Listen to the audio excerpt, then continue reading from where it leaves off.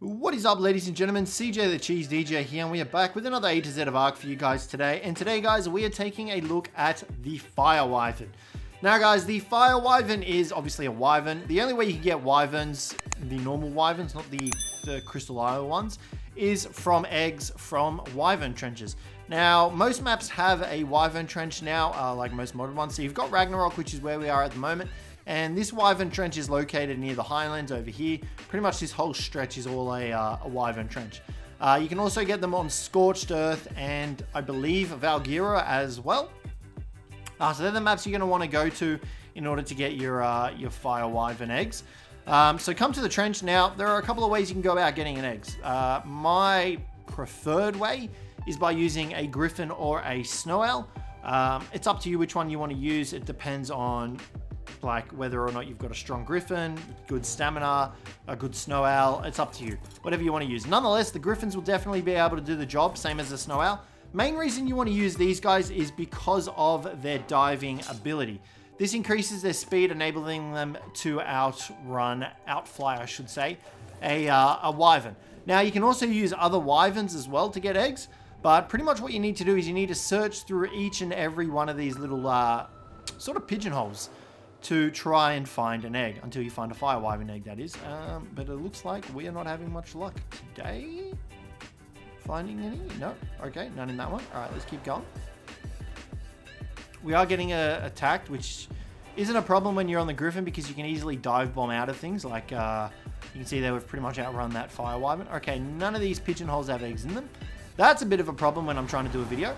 So you can see there, we're able to easily dodge all the wyvern attacks, so that's not a problem. We're going to come back down this way and just double check that there's no eggs down here. If there aren't, we'll just have to talk you guys through how it happens. Oh god, this is why you need to make sure you've got a griffin with some decent stamina, otherwise this will happen and you could possibly land in some lava. Looks like we're about to land in lava. No, we are magically floating above lava. So once you grab the egg from the pigeonhole or the little hole in the mountainside, you'll actually get aggroed on by literally every breathing wyvern in that trench. So you need to make sure that you're prepared with enough stamina. You need to make sure that you're prepared with enough health that you can actually fly away and get away. Because they will continue chasing you until you're pretty much out of render distance, or they attack something else. For example, we've got a fire wyvern egg right here. Talk about good luck. Oh god. I'm just going to come and stand over here. It's too risky to get off at the moment. Doing this is very risky though, so you need to make sure that you, like I said, you come prepared. Otherwise, you will die. And it has happened to me plenty of times. Don't be ashamed to die. It happens. I have seen some players doing it with a pteranodon and stuff like that. It is possible, but you need to have a couple of extra backup things because whenever you move an egg from inventory to inventory, that will re-aggro the wyverns. So, for example, if I grab an egg using my character and then transfer that egg to the griffin's inventory, that will cause all the wyverns in the area to re-aggro back on me. Now, we're just waiting for a bit of stamina before we head back down in there again. And we look like we should be able to do it pretty good. Alright, so let's get back in here. Let's get this fire wyvern egg, and we'll show you guys what happens when that egg gets taken. Alright, so we jump off the griffin. We're going to come over here. We're going to grab the egg. I don't think I can pick it up, actually, because I just realized... Alright, let's just drop all this. I have 100 weight. Alright, so that... Oh, shit, that was a 190 egg. Damn. So 190 is also the highest level for wyvern eggs to spawn in on. But you'll see we'll fly past these guys and they will aggro on us because we have the egg. Definitely watch out for lightning wyverns. In my opinion, they are the deadliest due to their lightning breath attack. Because they do like continuous damage over time. Alright, so now we can dive bomb and we can get out of here. That was a very bad dive bomb.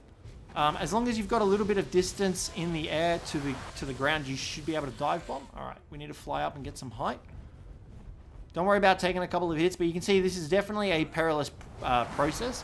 So make sure you've got a griffin or a snow owl or something that's very tanky, as well as being very fast, or one or the other. And you can see there that we'll be able to outrun these guys pretty quickly, leaving them behind in the dust. Just keep flying until you know that they're no longer following you. So until you get out of render distance or you're seeing them aggroing on something else. Now we're going to have to land here because we are out of stamina. I don't see them still following us, but that's okay. Yeah, it looks alright. Our griffin's still barely alive. This was only a level 100 griffin as well with no extra levels into it.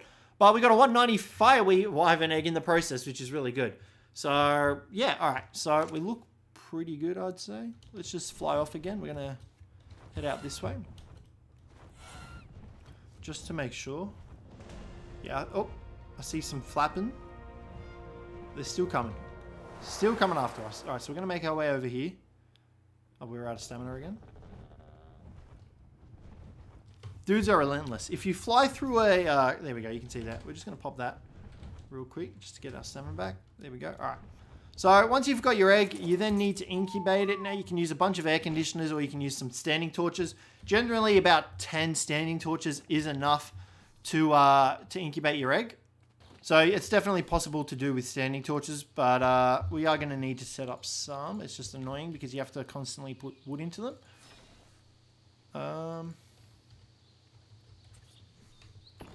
Okay, hold on. We're just going to do this because standing torches are going to take forever to put all the wood in.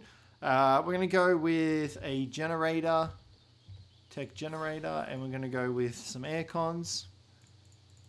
There we go. Bunch of those bad boys. All right, sweet. So we're going to chuck this down real quick, and we'll chuck our air cons down. All right, let's put these down. Now, obviously, if you're using the S Plus mod, it works a lot easier because obviously you can stack your air cons and they're a lot smaller. Okay, so that's probably more than enough air cons. Let's just grab some element in here real quick. Awesome. All right, turn that bad boy on. That's going to activate the air cons. That should be enough. Too cold still. So in this case, I would definitely recommend using standing torches because, like, look how many we have. Unless, of course, you're using the S Plus mod, which boosts air cons. But standing torches are definitely the cheaper way to go about it, and I would recommend those over air cons at the moment. Unless you've got, like, a dedicated breeding section. But you can see there it's finally incubating. We're just going to hatch it right now. You can see that beautiful little baby wyvern. Now, in order to keep this guy alive, what you will need to do is you will need to feed him wyvern milk. Now, wyvern milk is gained by knocking out female wyverns. So for that, you need to build a trap. You can build a trap with behemoth gates and just use behemoth gates, or you can just fly around constantly trying to knock stuff out. Wouldn't recommend it like that because you will probably die on whatever it is that you're riding on. You can also kill alpha wyverns and they will drop you milk as well. So that's an option as well. Let's just get a bunch of those bad boys in. That'll do. Let's chuck this guy down here and we're going to go with the shocking darts. Now, the method I like to use is you want to try and aim for a very low level female. So that will mean that they'll have less torpor, so it's a lot easier to knock out. You won't have to use as many resources. Like I said, you can build a behemoth gate trap. I've seen those, or you can use pillars, not pillars, sorry. Yeah, pillars and walls. It's entirely up to you and what you want to do. Behemoth gates are the more expensive alternative. However, it's probably a little bit easier than getting the pillar trap set up properly. So you can see that you want to space it out a little bit. Generally go about 5 deep, and that'll give you enough time to maneuver in between. And then all you need to do is chuck some gates onto the doorways like that and like that. And you just want to constantly have this one open so that what happens is you'll fly in, you can come around, and then you can close the gate. So what we'll do is we'll get some wyverns real quick, if we can find any. Hello, wyverns. Here we go. All right, so we need a spyglass. We'll get a female. Males will not give you the milk, so there's no point in wasting your time trying to knock out a male because it won't work. They won't give you any milk. Are you a female? You're a 150. You'll do. I know I said low level, but whatevs. So we're going to bring her over to the trap. We're going to start tranking her while she flies over here. And you want to try and line them up perfectly. Not perfectly, but going to your behemoth trap. So flying to your behemoth trap, you will be most likely using a flyer in this. Just exit out around, make sure there's enough space, close the gate, come back around into the side, and you'll see that you've got yourself a trapped wyvern. Now all you need to do is dodge its breath attack, which you can generally avoid by standing behind the behemoth gateways, and then you just need to knock it out. Can you guys piss off? I am trying to kill stuff here. Go away. Thank you. Okay. So, yeah, so all you need to do, knock out the female wyvern. You'll then get your wyvern milk that you'll need. Depends on what settings you have. Sometimes you can get, if you have, like, raising, your raising multiplier really high, you won't actually even need to worry about getting wyvern milk for your wyverns.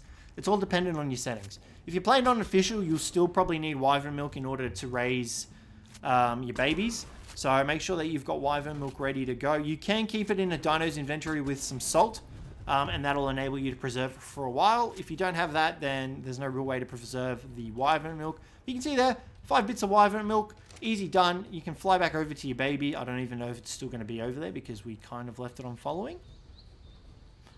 You still over here, little guy? Yes, he is. He is stuck in those aircons. So chuck the wyvern milk in his inventory. You can see there it's got a spoil time in our inventory of 30 minutes. 2 hours in the wyverns. If you have salt though, I'm pretty sure salt. You have to make it into preserving salt, I think, in the vessel. Preserve salt. Preserving salt. Here you go. Salt and sulfur. You can see here if we chuck this in its inventory, it increases it by double. So it was 2 hours in that inventory. Let's just take another look here. So it's 60 minutes here now. And if we go preserving, I don't think this is going to have any effect because it was 30 before. And if we take a look, it's still 60 minutes, but in here it is still the 4 hours, and we chuck it in here, it's going to have the 4 hours. Oh! Yo! What are you doing? Get off him! Go away. I'm going to kill the baby wyvern. Oh, we're out of ammo. Okay, done. Sorry, little dude. Yeah, so if you take the preserving salt out, you can see there it goes back down to 2 hours. So it'll double the effect of the spoil time. So you definitely want to have some preserving salt ready if you're playing on official and stuff like that. But yeah, that's all you need to know in order to get your own fire wyvern. Now, once you've raised it up and you've imprinted on it and whatnot, that's where the real fun begins. So you can see there, we got a big boy now. He's all grown up. He's ready to go. He is big and strong. He's got plenty of, well, not health, but he's big and strong. Now, the fire wyverns deal fire-based damage. Now, the way that works is depending on the creature's base HP, that will scale with its fire breath. So you can see there, the Cjthecheesedj here has taken 24 damage over time with our flame breath attack. If we were to use this on a pterodon, for example, pteranodon, it'll be significantly lower because the pteranodons have a lot lower base HP. So let's just find another pteranodon to set on fire. And the same sort of situation will go for Carnos and Rexes and stuff like that. They'll take more damage than, say, pteranodons or like anything like that. All right, well, since we can't hit our breath attack on bloody anything, let's come down to this guy. So you can see here, this guy's taking 26 damage per tick. So that guy has a higher base HP than the Cjthecheesedj. So whatever has higher health will take more damage. So if we come over to this Carno, for example, we'll probably deal about 40 damage per tick. It's just a matter of waiting for our stamina to get back, which is the annoying part. All right, let's show you guys here. So we set the Carno on fire. You can see there it's taken a multiplier of 75 damage over time. Carnivores also take more damage than herbivores from breath attacks. Sorry, flame breath attacks. So make sure you utilize this on Carnos over herbivores, carnivores over herbivores, because they will take more damage. So, for example, let's get a Rex in on this action. If I have a Rex somewhere around here, let's go a Raptor. You'll see he will melt this guy. He's taking 75 damage per tick. So, yeah, you definitely want to level it up. Now, I don't believe the damage over time scales with his melee damage. It's just the breath attack's main sort of damage that will scale. So, the initial damage, let's just bring in a Rex here and we'll show you guys. So you can see there, it's still 75, but our breath attack now hits for 69 instead of 63. We pump this up a bit, it'll go up to probably about 70. So we breath attack, if you want to stop doing your level up animation. You can see there, it hits for 71 now. So that only increases the breath attack's sort of initial damage, not the damage over time. It does also affect his primary attack, which you can see there is also very useful. Now, the Fire Wyvern also has, all Wyverns also have a C ability, which enables them to gather thatch and wood, as well as knock back certain creatures. So smaller creatures, for example, this terror bird down here is not going to know what hit him. You can send them flying back, which makes getting away from stuff relatively easy, or just, if you don't want to deal with it, you can just flap your wings and get away. But yeah, the Wyvern is also able to pick up certain creatures. I'll chuck up a list for you guys right now on the screen so you can see what creatures it's able to pick up. But it's kind of in between a Quetzal and a Argy. So you can use it for some, but not the others. So I definitely recommend taming up a Wyvern or getting the eggs. and having like one dedicated just for weight as well, because they're really good at weight as well. So yeah, but that is pretty much all there is for the Fire Wyvern, guys. Covered his abilities, I believe, and yeah, that's everything you need to know about the Fire Wyvern. So hopefully you guys enjoyed this one. If you did, don't forget to leave a like, subscribe down below for more, but other than that, guys, I will catch you in the next one.